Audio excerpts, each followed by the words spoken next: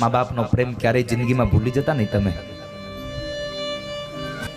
આ દુનિયામાં એક વાત યાદ રાખજો સાહેબ, આ દુનિયાનો તમામ વ્યક્તિ તમને છોડી શકે, તમને તમારાથી મોઢું ફેરવી શકે, પણ એકમાત્ર જન્મ દેનારી માં એવું પાત્ર છે ને કે દીકરો ગમે તેટલો કપાતર થાય છતાં પણ માં એનાથી મોઢું ન ફેરવી શકે સાહેબ, કારણ એ જનેતા છે.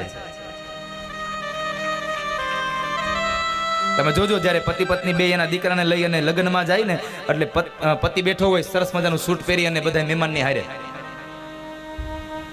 મહેમાનોની સાથે જ્યારે બેઠો હોય, દીકરો રમતો હોય, માં એ પણ મહેમાનમાં બેઠી હોય, સરસ મજાની સાડી પહેરી હોય મોંઘી, દીકરો રમતા રમતા બરાબર ધૂળમાં આલોટો હોય ને એવો ગંદો થઈને આવ્યો હોય અને બાપની પાસે આવે ને એટલે બાપ કે એ છેટો રે કપડા જો તારા, બાપ એના ખોળામાં નહીં બેહારે, તારી માં પાસે જા. અને જ્યાં દીકરો દોડતો દોડતો માં પાસે આવે ને એટલે માં સીધો જ એને પોતાની ગોદમાં બેહાડે અને કાં તો એના રૂમાલથી અને કાં તો એના સાડીના છેડાથી દીકરાના મસ્તકને મોઢાને લૂઈ નાખે સાહેબ. માં પોતાના સંતાનોને ક્યારેય ન તરછોડી શકે, પણ સમય એવો આવ્યો છે ને કે દીકરાઓ અત્યારે માને તરછોડવા માંડ્યા છે. સમયનો યુગ બદલાયો. 4 દીકરાઓને મા બાપ મોટા કરી શકે, પણ 4 દીકરાઓ પોતાના મા બાપને વૃદ્ધાવસ્થામાં ન સાચવી શકે. જુઓ તો ખરા સમાજમાં કેટલા ઘરડા ઘરો મીંડા બનવા, દીકરાના ઘરો મીંડા બનવા, કારણ આપણને પશ્ચિમી સંસ્કૃતિનો વાયરો વાઈ ગયો છે. દુનિયામાં બધું કરજો સાહેબ, પણ મા બાપને કોઈ દી નતર છોડતા. આ દુનિયામાં સુખી થવું હોય ને તો મા બાપને તમે ખુશ રાખો. હું છાતી ઠોકીને કહું, તમારા મા બાપ તમારાથી ખુશ હશે ને એટલે 1000 હાથ વાળો પણ તમારા ઉપર ખુશ રહેશે સાહેબ, કારણ તમારા મા બાપ ખુશ છે.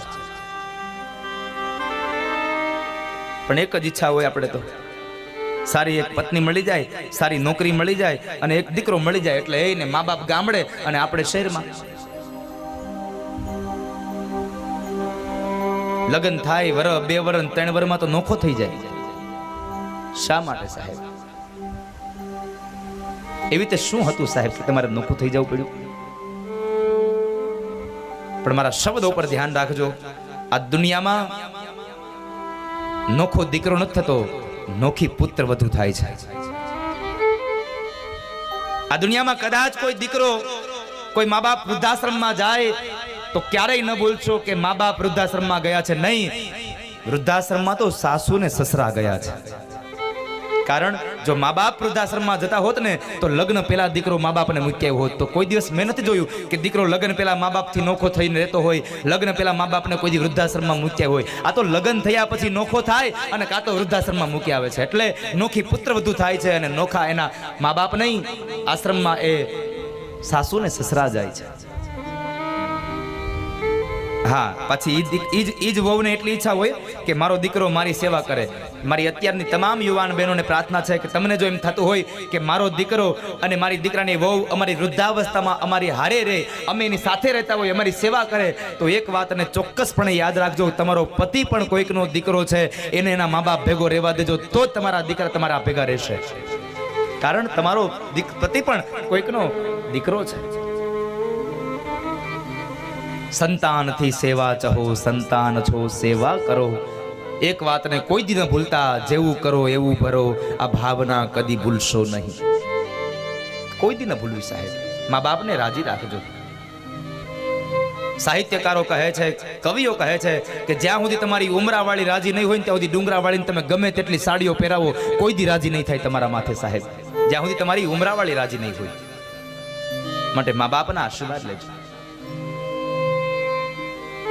અને ચોક્કસપણે કહું કે માં અને બાપના આશીર્વાદ લીધા હશે ને તો તમારે દુનિયામાં કોઈ દી કંઈ મેળવવા નહીં જવું પડે. દુનિયા સામે ચાલીને તમારી પાસે આવશે, કારણ સ્વયં ભગવાન તમારી પાસે આવે. પંઢરપુરમાં પુંડલિક પોતાના મા બાપની સેવા કરે અને એ સેવામાં ભગવાન એની ત્યાં આવે અને ભગવાન કહે છે, પુંડલિક મારે તને મળવું છે.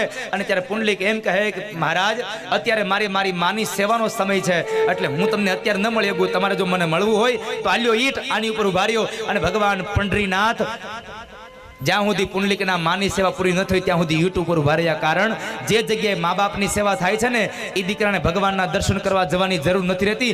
ભગવાન સ્વયં કહે છે, જે દીકરો મા બાપની સેવા કરે એ દીકરાના દર્શન કરવા ભગવાન સ્વયં પોતે આવીને ઉભા રહે છે. માટે મા બાપની સેવા કરજો. આ દુનિયામાં બધું ભૂલી જાજો, પણ જેણે આપણને પાલન પોષણ કરી, જેને જન્મ આપ્યો છે, મોટા કર્યા છે, એ મા બાપને કદી ન ભૂલશો. પણ પૈસો કમાતો થઈ જાય ને એટલે મા બાપ પછી ભૂલાઈ જાય છે. દુનિયામાં મા બાપને રાજી રાખજો સાહેબ. તમારા મા બાપની ઈચ્છા એ જ તમારી ઈચ્છા હોવી જોઈએ. તમારા મા બાપની ખુશી એ તમારી ખુશી છે. એટલે સમજો આ દુનિયાની તમામ ખુશીઓ તમારો ચરણ પકડતી આવશે ગમે ત્યાંથી.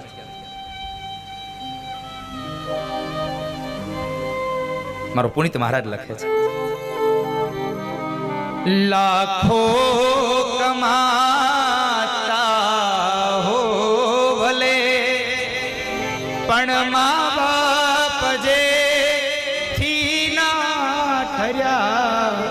લાખો કમાતા હો ભલે, પણ મા બાપ જે થી ના ઠર્યા. મા બાપ જે થી ના ઠર્યા. એ લાખ નહીં પણ રાખ છે, માનવું ભૂલશો નહીં. ભૂલો ભલે બીજું બધું, મા બાપને ભૂલશો નહીં. ગણિત છે ઉપકાર એના,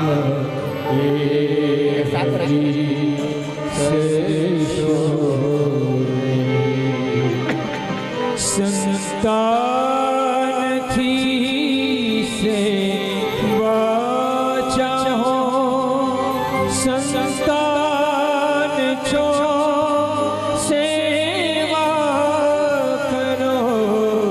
સંતાનની સેવા ચાહો, સંતાન છો સેવા કરો.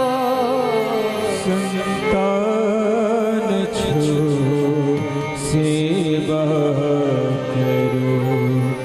જેવું કરો તેવું ભરો, એ ભાવના ભૂલશો નહીં.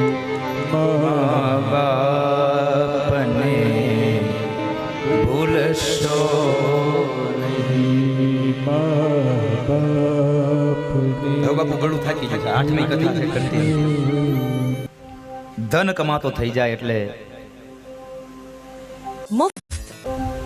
મા બાપને ભૂલી જતો હોય છે સાહેબ સંતાન. અને પુનિત મહારાજ અંતિમ પંક્તિમાં લખે છે, ધન ખર્ચતા મળશે બધું, પણ માતા પિતા મળશે નહીં. ધન ખર્ચતા મળશે બધું, પણ માતા પિતા મળશે નહીં. માતા પિતા મળશે નહીં.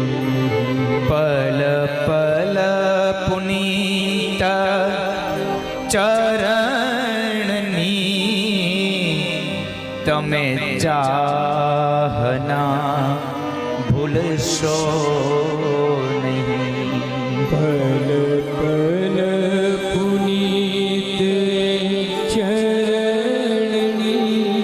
તમે ચાહના ભૂલશો નહીં. મા બાપને ભૂલશો નહીં. મા બાપને ભૂલશો. મા બાપની સેવા કરશો ને તો તમે તો સુખી થશો, પણ તમારા સંતાનો પણ ખૂબ સુખી થશે સાહેબ. કારણ એનું જાગતું ઉદાહરણ તમારી સામે બેઠું છે. મેં હજી મારા મા બાપની કઈ સેવા નહીં કરી હોય, પણ મારા મા બાપે એના મા બાપની સેવા કરી છે ને, એટલે એનું જે પુણ્ય ફળ છે ને સાહેબ, હું બેઠો બેઠો ખાઉં છું. કારણ એણે વાવ્યું અને ઉગ્યું છે ને, હવે હું બેઠો બેઠો લણી રહ્યો છું. માટે મા બાપની સેવા કરજો.